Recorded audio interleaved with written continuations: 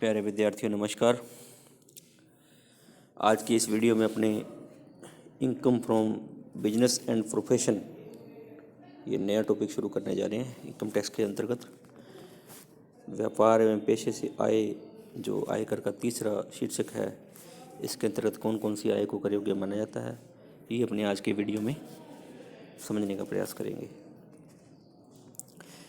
सबसे पहले तो इसमें करदाता को व्यापार एवं पेशे से प्राप्त होने वाले लाभों पर आयकर लगाया जाता है। अब बात आती है कि व्यापार पेशा है क्या। तो व्यापार पेशे की परिभाषा यहाँ दी है, वो अपने थोड़ा उस परिभाषा को देख लेते हैं। वैसे व्यापार का क्षेत्र विस्तृत है, इसमें सारे प्रकार के लेन देन, उत्पादन, वस्तुओं का उत्पादन हो गया, कोई बैंकिंग हो गया, यातायात हो गया, उद्योग हो गया, जितनी भी क्रियाएँ, व्यापारिक क्रियाएँ सभी इसमें शामिल होती हैं, जिनको करदाता लाभ कमाने के उद्देश्य से करता है। यानी लाभ कमाने के उद्देश्य से जितनी भी क्रियाएँ करता है वो व्यापार में शामिल होती हैं, चाहे वस्तुओं का उत्पादन हो, चाहे कोई उद्योग हो, कोई बैंकिंग सेवाएं हों या यातायात सेवाएं हों, आदि कोई भी हो सकता है। पेशे की सामान्य परिभाषा ये है कि पेशे का काम भी लाभ कमाने के लिए करता है, लेकिन पेशा ये है कि पेशे के लिए पेशेवर को कोई ना कोई व्यावसायिक, मानसिक, बौद्धिक या शारीरिक कोई विशेष योग्यता होती है उसमें, तब उसे पेशे की श्रेणी में रखते हैं। जैसे डॉक्टर है, वकील है, अकाउंटेंट है, इंजीनियर है, सर्जन है आदि, ये जो हैं ये पेशेवर हैं, क्योंकि इनके सब कामों के लिए कोई ना कोई विशेष जो है योग्यता की आवश्यकता होती है। तो ये पेशा है। हमें व्यापार, पेशा और व्यवसाय इनमें अंतर करने की जरूरत नहीं है, क्योंकि सभी की आय एक ही शीर्षक में कर योग्य होती है। हमें तो मोटे मोटे ये समझ लेना है कि इस शीर्षक में किस आय को अपने कर योग्य समझेंगे। वो व्यापार से हो, चाहे पेशे से हो, चाहे व्यवसाय से हो, वो उनमें अंतर करने की कोई ज़रूरत नहीं है। व्यवसाय के अंदर वो सभी क्रियाएँ आती हैं जो जीविकोपार्जन के लिए करता है व्यक्ति, मतलब आजीविका चलाने के लिए, पैसा कमाने के लिए जो क्रियाएँ करता है वो व्यवसाय के अंतर्गत आ जाती हैं। अब आगे अपने देखेंगे कि कौन कौन सी आय हैं जो इस शीर्षक के अंतर्गत कर योग्य हैं। सबसे पहले है व्यापार या पेशे की आय। करदाता कोई ऐसा व्यापार पेशा गत वर्ष में कभी भी चलाया हो, उससे कोई लाभ प्राप्त हुआ हो, वो इस शीर्षक के अंतर्गत कर योग्य होगा। और करदाता मान लीजिए सिक्योरिटीज को, प्रतिभूतियों को खरीदने या बेचने का काम भी करता है, तो उससे प्राप्त कोई ब्याज भी होता है बेचने खरीदने के दौरान। जो प्रतिभूतियाँ जितने टाइम के लिए उसके पास रह जाती हैं उसको ब्याज भी मिलता है, तो वो ब्याज भी इसी शीर्षक के अंतर्गत कर योग्य होगा। व्यापार एवं व्यवसाय के दौरान करदाता को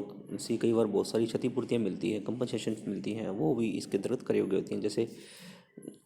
कोई व्यक्ति है, वो किसी कंपनी का प्रबंध कर रहा है, उसको प्रबंध से अलग कर दिया जाता है, हटा दिया जाता है, उसे प्रबंध के अधिकार वापस ले लिए जाते हैं या फिर शर्तों में परिवर्तन कर दिया जाता है, तो उसके बदले में उसको कोई क्षतिपूर्ति अगर मिलती है तो वो भी व्यापार से आय मानी जाएगी, इसी शीर्षक के अंतर्गत कर योग्य होगी।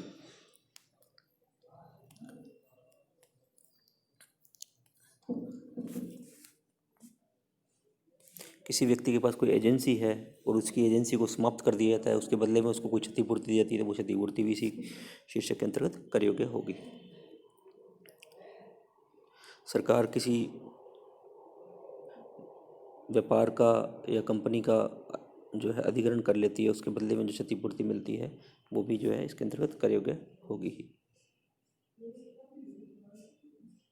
किसी ने किसी के साथ अनुबंध कर रखा है, कोई व्यापारिक अनुबंध कर रखा है, अनुबंध को तोड़ता है, उस तोड़ने के बदले एक व्यापारी दूसरे व्यापारी को क्षतिपूर्ति देता है, तो जिसको क्षतिपूर्ति मिलती है उसके लिए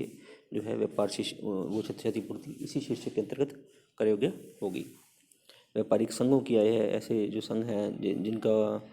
अपने समुदाय के सदस्य के लिए कोई विशिष्ट सेवा देते हैं, तो उनके फलस्वरूप उनको कोई आय प्राप्त होती है, तो वो भी इसी के अंतर्गत कर योग्य होगी।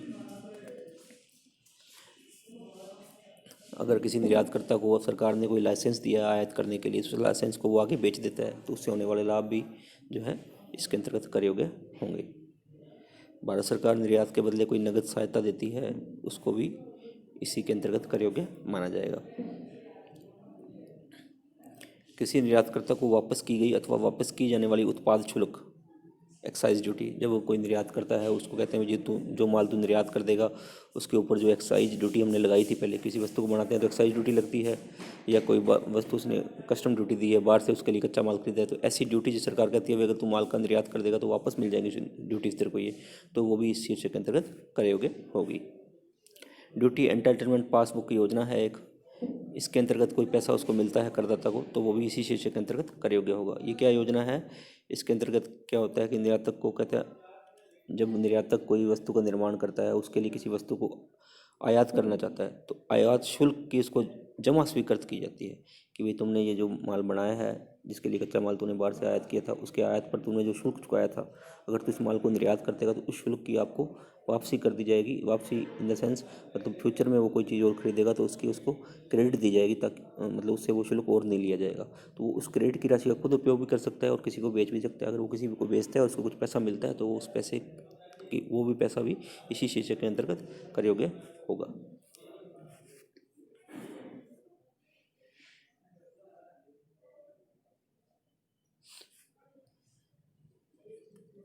निर्यातकर्ता को उपलब्ध शुल्क मुक्त पुनः पूर्ति प्रमाण पत्र, ड्यूटी फ्री रिप्लेनिशमेंट सर्टिफिकेट मिल जाता है। वो भी अगर वो पुनः पूर्ति वाली बात होगी, वो भी किसी दूसरे को हस्तांतरित कर देता है और उससे कुछ पैसे ले लेते हैं, तो वो भी जो पैसा उसको प्राप्त होता है इस सर्टिफिकेट के बदले, वो भी इसी शीर्षक में कर योग्य होगा। ये भी निर्यात बढ़ाने के लिए बनाई गई योजना है, जिसके अंतर्गत माल के आयातित कच्चे माल का उपयोग करता है और आयातित कच्चे माल पर जो शुल्क वो देता है, आय शुल्क, उसकी इसको वापसी एक तरह से इसमें होती है। अगर सरकार कोई ऐसी ग्रांट देती है जिसे वापस करना पड़े, वो टैक्सेबल नहीं होगी, क्योंकि वापस करनी है ना, वो टैक्सेबल नहीं होगी। करदाता को अपने व्यापार पेशे से कोई भी लाभ मिलता है, इसका लाभ का मूल्य कोई भी अनुलाभ हो, कोई भी पैसा मिलता है तो उसमें टैक्सेबल होगा। जैसे कोई पेशेवर है, किसी कंपनी में पेशेवर सेवाएं देता है और उस कंपनी ने उसको अपना मकान दे रखा है रहने के लिए, तो उस मकान की जो किराया होगा वो उस पेशेवर के लिए व्यापार पेशे की आय माना जाएगा। फर्म के साझेदार को वेतन, ब्याज, बोनस, कमीशन या कोई अन्य पारिश्रमिक मिलता है तो वो भी इसी के अंतर्गत कर योग्य होगा। अब ये है कि अगर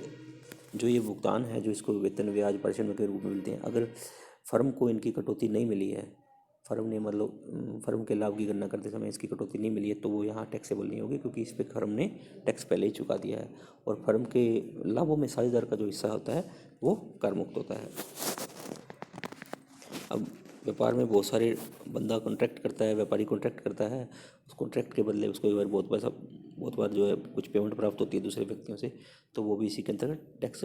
टैक्सेबल होती है। जैसे कोई व्यक्ति है, किसी दूसरे व्यक्ति को एक व्यापारी कहता है कि तू उस क्षेत्र में व्यापार नहीं करेगा, उस क्षेत्र में अपनी वस्तु की सप्लाई नहीं करेगा, इसके बदले में तेरे को इतने रुपये दे दूंगा, तो जिसको ये रुपये मिल रहे हैं वो यहाँ पे टैक्सेबल हैं। हालांकि जो दे रहा है उसके लिए कटौती योग्य नहीं है, लेकिन जो प्राप्त कर रहा है उसके लिए टैक्सेबल हैं।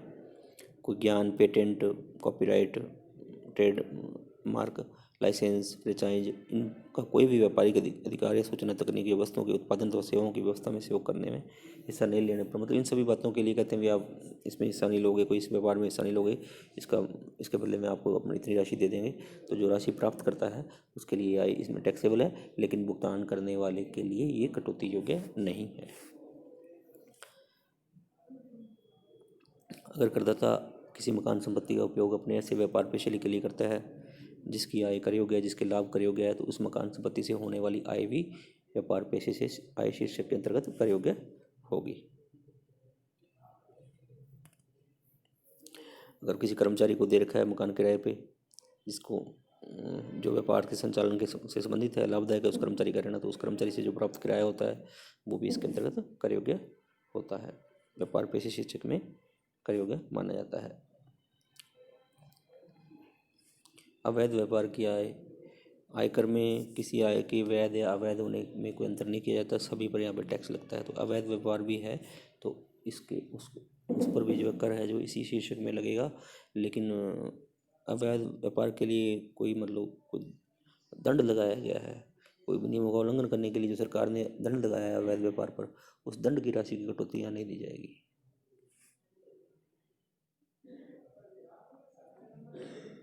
किसी संपत्ति को किसी स्टॉक को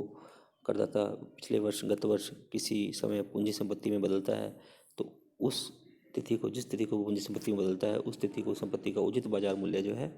उचित बाजार मूल्य निकाल करके उस आधार पर उसको उसके लागत मूल्य में से उचित बाजार मूल्य से लागत मूल्य घटा करके शेष राशि को व्यापार पेशे की आय माना जाता है। भूमि, ख्याति एवं वित्तीय प्रलेखों को छोड़कर अन्य किसी पूंजी संपत्ति को गिरा देने, नष्ट हो जाने, प्रयोग से हटा देने या हस्तांतरित करने पर कोई नगद पैसा मिलता है, वस्तु के रूप में पैसा मिलता है, तो ऐसी राशि जो है यहाँ पे टैक्सेबल होती है, बशर्ते ऐसी राशि के लिए पहले इसको व्यक्ति को 35 AD में कटौती दे दी गई हो। सट्टे के व्यापार के लाभ, सट्टे के व्यापार के लाभों भी इसी शीर्षक के अंतर्गत करे योग्य होते हैं, पर इनकी गणना अलग से की जाती है। इनको मतलब इस अन्य व्यापार के लाभों से मिक्स नहीं किया जाता, लेकिन वो शीर्ष होते हैं इसी शीर्षक के अंतर्गत कर योग्य हैं। सट्टे के व्यापार से मतलब है वस्तुओं का, अंशों व स्टॉक्स का क्रय विक्रय के ऐसे अनुबंधों से है जिसका निपटारा समय समय पर बिना वस्तुओं के हस्तांतरण किया था। इसमें वस्तुओं का वास्तव में हस्तांतरण नहीं किया था, तो सौदा कर देते हैं, सौदे को पहले काट देते हैं या सौदे को अन्य को बेच देते हैं, इस तरह से